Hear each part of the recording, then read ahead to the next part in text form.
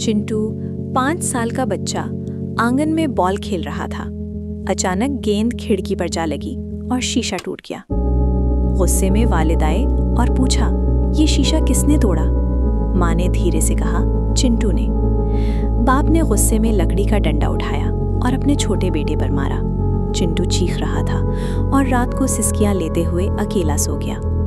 सुबह माँ ने देखा कि चिंटू के हाथ नीले और सूजे हुए हैं। फौरी तौर पर अस्पताल ले जाया गया, जहाँ डॉक्टर ने बताया डंडे में कील और जंग था, जहर फैल रहा है। अगर हाथ न काटे गए तो पूरे जिस्म में जा सकता था। बाप ने अफसुर्दगी से इजाज़त दी और चिंटू के हाथ काट दिए गए। जब चिंटू होश में आया, उसने दर्द से कहा, बाबा मेरे हाथ वापस दे दो, मैं आइंदा कभी कुछ नहीं तोड़ूंगा। बाप अपने जुर्म और गुस्से के बोझ तले दबकर अस्पताल की छत पर गया और खुदकुशी कर ली।